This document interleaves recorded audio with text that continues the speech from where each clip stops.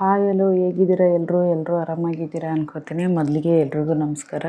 ಇವತ್ತು ಸ್ವಲ್ಪ ತಲೆನೋವಿತ್ತು, ಹಾಗಾಗಿ ತುಂಬ ಮಾತಾಡೋದೇ ಬೇಡ, ವಿಡಿಯೋ ಮಾಡೋದು ಬೇಡ ಅಂದ್ಕೊಂಡೆ. ಬಟ್ ಹಾಕಲೇಬೇಕು ವಿಡಿಯೋ. ಒಂದು ದಿನ ಮಿಸ್ ಆದರೂ ಅದೇನೋ ಒಂದು ಇದು ನನಗೂ ಒಂದು ಸ್ವಲ್ಪ ಇದಾಗೋಗುತ್ತೆ. ಅದಕ್ಕೋಸ್ಕರ ಸ್ವಲ್ಪ ಹಾಕ್ಬಿಡೋಣ ಅಂತ ಹೇಳ್ಬಿಟ್ಟು ಮಾಡಿದೆ.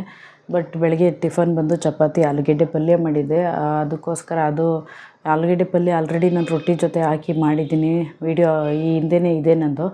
ಅದಕ್ಕೆ ನಾನು ಏನು ಯೋಚನೆ ಮಾಡಿದೆ ಅಂದರೆ ಮಧ್ಯಾಹ್ನ ಮುದ್ದೆಗೆ ಅಂತ ಹೇಳ್ಬಿಟ್ಟು ಒಂದು ಸ್ನ್ಯಾಕ್ಸ್ ಮಾಡಿದೆ. ತುಂಬಾ ಒಳ್ಳೆಯದು, ಹೆಲ್ತಿಗೂ ಕೂಡ ಸಿಕ್ಕಾಪಟ್ಟೆ ಒಳ್ಳೆಯದಿದೆ. ಅದನ್ನೇ ನಾನು ರೆಸಿಪಿ ಥರ ಹಾಕಿದ್ದೀನಿ. ಅಂದರೆ ಆನಿಯನ್ ಪಕೋಡ ಮಾಡಿದ್ದು, ಅದ್ರ ಜೊತೆ ನಾನು ಆ ಸೊಪ್ಪು ಹಾಕಿದ್ದೀನಿ. ಸೊಪ್ಪು ಏನು ಅಂತ ಈಗಲೇ ಹೇಳಲ್ಲ, ಯಾಕೆಂದರೆ ಈಗಲೇ ಹೇಳಿದರೆ ನಿಮ್ಗೆ ಅಲ್ಲಿ ನೋಡೋದಕ್ಕೆ ಅಷ್ಟೇ ಇಂಟ್ರೆಸ್ಟ್ ಇರೋಲ್ಲ. ಅದಕ್ಕೋಸ್ಕರ ವೀಡಿಯೋದಲ್ಲಿ ನೋಡಿ. ವೀಡಿಯೋದಲ್ಲೂ ಕೂಡ ಮಧ್ಯದಲ್ಲಿ ನಾನು ಹೇಳಿದ್ದೀನಿ ಯಾವ ಸೊಪ್ಪು ಏನು ಅನ್ನೋದೆಲ್ಲ ತೋರಿಸಿದ್ದೀನಿ. ನೋಡಿ, ತುಂಬಾ ಒಳ್ಳೆಯದಿದೆ. ಮತ್ತು ನಾವು ಏನೇ ನಮ್ಮ ಆರೋಗ್ಯಕ್ಕೋಸ್ಕರ ಏನೇ ನಾನು ಮುಂಚೆಲ್ಲ ಈ ರೀತಿಯೆಲ್ಲ ಏನು ಅಷ್ಟು ತಲೆ ಕೆಡಿಸ್ಕೊತಿರಲಿಲ್ಲ. ಬಟ್ ಇವಾಗ ಪ್ರತಿಯೊಂದಕ್ಕೂ ಯಾವಾಗಲೂ ಮಾತ್ರೆನೇ ತೊಗೊಂಡು ಇದು ಮಾಡೋದಕ್ಕಿಂತ ನನಗಂತೂ ಸಿಕ್ಕಾಪಟ್ಟೆ ಗ್ಯಾಸ್ಟ್ರಿಕ್ ಎಲ್ಲ ಇದೆ. ಅದಕ್ಕೋಸ್ಕರ ಈ ರೀತಿ ಎಲ್ಲ ಏನೇನಾದರೂ ನಾನು ಟ್ರೈ ಮಾಡ್ತಾಯಿರ್ತೀನಿ. ಮಾಡ್ಕೊಬೋದಾ, ಏನಾದರೂ ಒಳ್ಳೆಯದಾಗ್ಬೋದು. ಸ್ವಲ್ಪ ಅಂದರೆ ಮೆಡಿಷನ್ ತೊಗೊಳ್ಳೇಬೇಕು, ತೊಗೊಳಂಗಿಲ್ಲ ಅಂತ ಏನು ಹೇಳೋಂಗಿಲ್ಲ. ಸ್ವಲ್ಪ ಆದಷ್ಟು ತಕ್ಕ ಮಟ್ಟಿಗೆ ಏನೋ ಒಂದು ಸ್ವಲ್ಪ ಕಡಿಮೆ ಆಗ್ಬೋದು ಅಂತ ಈ ರೀತಿ ಎಲ್ಲ ಟ್ರೈ ಮಾಡ್ತೀನಿ. ನಾವು ಅದರಲ್ಲಿ ಹೆಣ್ಮಕ್ಳಂತೂ ಸಿಕ್ಕಾಪಟ್ಟೆ ಐರನ್ ಅದೆಲ್ಲ ಕಡಿಮೆ ಆದರೆ ತುಂಬಾ ಪ್ರಾಬ್ಲಮ್ ಆಗುತ್ತೆ. ಅದಕ್ಕೋಸ್ಕರ ನಾನು ಈ ರೀತಿ ಏನೇನಾದರೂ ಒಂದೊಂದು ಈಗ ಸೊಪ್ಪು ಒಂದು 3-4 ಸೊಪ್ಪೆಲ್ಲ ಹಾಕಿ ಪೌಡ್ರ್ ಮಾಡಿ ಇಟ್ಟಿದ್ದೀನಿ. ಅದನ್ನು ಯಾವ ರೀತಿ ಕುಡಿಯೋದು ಏನು ಅದು ನೆಕ್ಸ್ಟ್ ವೀಡಿಯೋ ಹಾಕ್ತೀನಿ ನಾನು. ಅದೇ ರೀತಿ ಇವತ್ತು ಆನಿಯನ್ ಪಕೋಡ ಜೊತೆ ಈ ಒಂದು ಸೊಪ್ಪನ್ನು ಆ್ಯಡ್ ಮಾಡಿರೋದು ತುಂಬಾ ಚೆನ್ನಾಗಿತ್ತು ಮತ್ತು ತುಂಬಾ ಯೂಸ್ಫುಲ್ ಇದೆ. ದಯವಿಟ್ಟು ವೀಡಿಯೋನ ನೋಡಿ ಮತ್ತು ದಯವಿಟ್ಟು ಸಪೋರ್ಟ್ ಮಾಡಿ, ಸಬ್ಸ್ಕ್ರೈಬ್ ಆಗಿ, ವೀಡಿಯೋಸ್ ಎಲ್ಲ ವಾಚ್ ಮಾಡಿ. ಹಾಗೆ ಗೊತ್ತಾಗೋರಾದರೆ ಲೈಕ್ ಮಾಡಿ ಒಂದು. ಏಕೆಂದರೆ ಲೈಕ್ ಮಾಡೋಕ್ಕೆ ಒಬ್ಬೊಬ್ರಿಗೆ ಗೊತ್ತಾಗಲ್ಲ, ಎಲ್ರಿಗೂ ಗೊತ್ತಿರುತ್ತೆ ಅಂತ ಹೇಳೋಕ್ಕಾಗಲ್ಲ. ಗೊತ್ತಿರೋರಿದ್ದರೆ ದಯವಿಟ್ಟು ಒಂದು ಲೈಕ್ ಮಾಡಿ. ಇಷ್ಟ ಆದರೆ ನೀವು ರೆಸಿಪಿನ ಒಂದು ಸರಿ ಮನೇಲಿ ಟ್ರೈ ಮಾಡಿ. ಸಬ್ಸ್ಕ್ರೈಬ್ ಆಗಿ ಆದಷ್ಟು ವೀಡಿಯೋ ನೋಡಿ. ಇವಾಗ ಬನ್ನಿ ರೆಸಿಪಿ ಏನು ಮತ್ತು ಯಾವ ರೀತಿ ಅಂತ ಹೇಳ್ತೀನಿ. ನಾನು ಆ ಸೊಪ್ಪನ್ನ ಯೂಸ್ ಮಾಡಿರೋದು ಬಂದು ಮಿಡಲಲ್ಲಿ ತೋರಿಸಿದ್ದೀನಿ. ಆದಷ್ಟು ವೀಡಿಯೋನ ಪೂರ್ತಿ ವೀಡಿಯೋ ನೋಡೋಕ್ಕೆ ಟ್ರೈ ಮಾಡಿ. ಬನ್ನಿ ಇವಾಗ ನನ್ನ ರೆಸಿಪಿ ಏನು ಅಂತ ತೋರಿಸ್ಕೊ. ರೆಸಿಪಿ ಅಂತ ಆಲ್ರೆಡಿ ನಾನು ವೀಡಿಯೋದಲ್ಲಿ ಹೇಳಿದ್ದೀನಿ.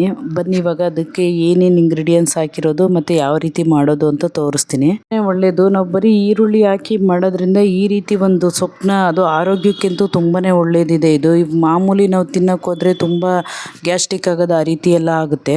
ಯಾವ ಸೊಪ್ಪು ಏನು ಅಂತ ಹೇಳ್ತೀನಿ. ಮೊದಲಿಗೆ ಇವಾಗ ನಾನು ಏನು ತೊಗೊಂಡಿದ್ದೀನಿ ಅಂತ ತೋರಿಸ್ತೀನಿ ನೋಡಿ. ಹಿಟ್ಟು ನಾನು ಬಂದು ಒಂದು 5-6 ಕಪ್ಪಷ್ಟು ತೊಗೊಂಡಿದ್ದೀನಿ ದೊಡ್ಡ ಕಪ್ಪಲ್ಲೇ. ಮತ್ತು ಅಕ್ಕಿ ಹಿಟ್ಟು ತೊಗೊಂಡಿದ್ದೀನಿ, ಅದು ಸ್ವಲ್ಪ ಒಂದು 5-6 ಟೇಬಲ್ ಸ್ಪೂನೇ ತೊಗೊಂಡಿದ್ದೀನಿ. ಜೀರಿಗೆ ಮತ್ತು ರುಚಿಗೆ ತಕ್ಕಷ್ಟು ಉಪ್ಪು, 1 table spoon chilli powder, red chilli powder ತೊಗೊಂಡಿದ್ದೀನಿ. ರೊಟ್ಟಿಗೆ ನಾನು ಮತ್ತು ಈರುಳ್ಳಿ ಬಂದು ಸ್ವಲ್ಪ ಚಿಕ್ಕದಾಗಿದೆ, ಅದಕ್ಕೆ ಸ್ವಲ್ಪ ಜಾಸ್ತಿನೇ ತೊಗೊಂಡಿದ್ದೀನಿ.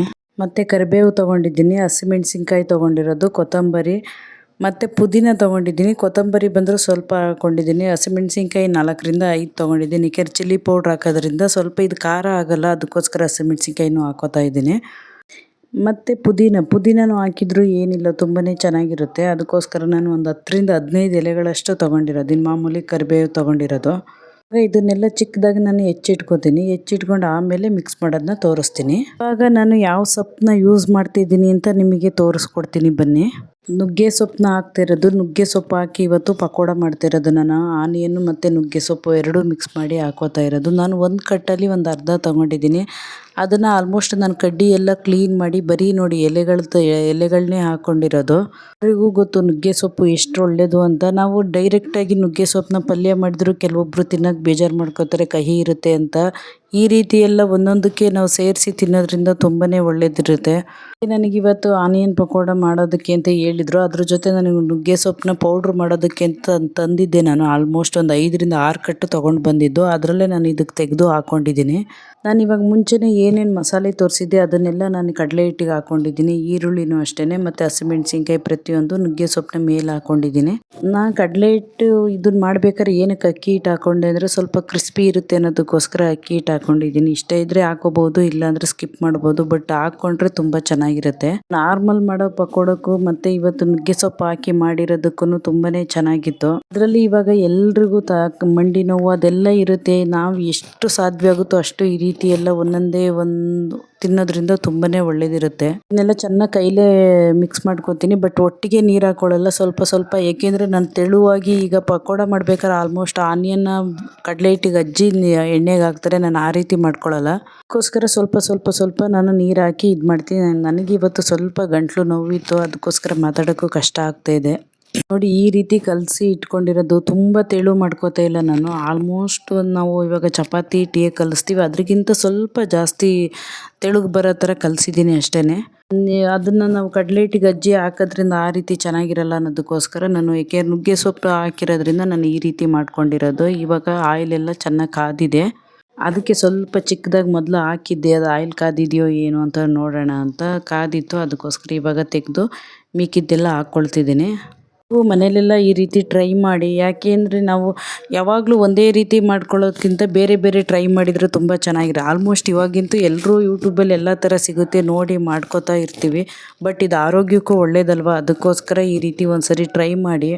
ಕಾಮನ್ನಾಗಿ ನಾವು ಕೊತ್ತಂಬರಿ ಹಾಕ್ತೀವಿ, ಸಬ್ಬಕ್ಕಿ ಹಾಕಿ ಕೂಡ ಮಾಡ್ತೀವಿ, ಎಲ್ಲ ಥರ ಹಾಕಿ ಮಾಡ್ಬೋದು. ಏನು ಅದರಲ್ಲೇನು ಡಿಫ್ರೆನ್ಸ್ ಮತ್ತು ಸ್ಮೆಲ್ ಆ ಥರ ಎಲ್ಲ ಏನಿರಲ್ಲ. ಕಹಿ ಕೂಡ ಬರಲ್ಲ. ಸ್ವಲ್ಪ ನೀವು ನುಗ್ಗೆ ಸೊಪ್ಪು ಹಾಕಿರೋದ್ರಿಂದ ಕಹಿ ಬಂತು, ಆ ರೀತಿ ಏನೂ ಇಲ್ಲ.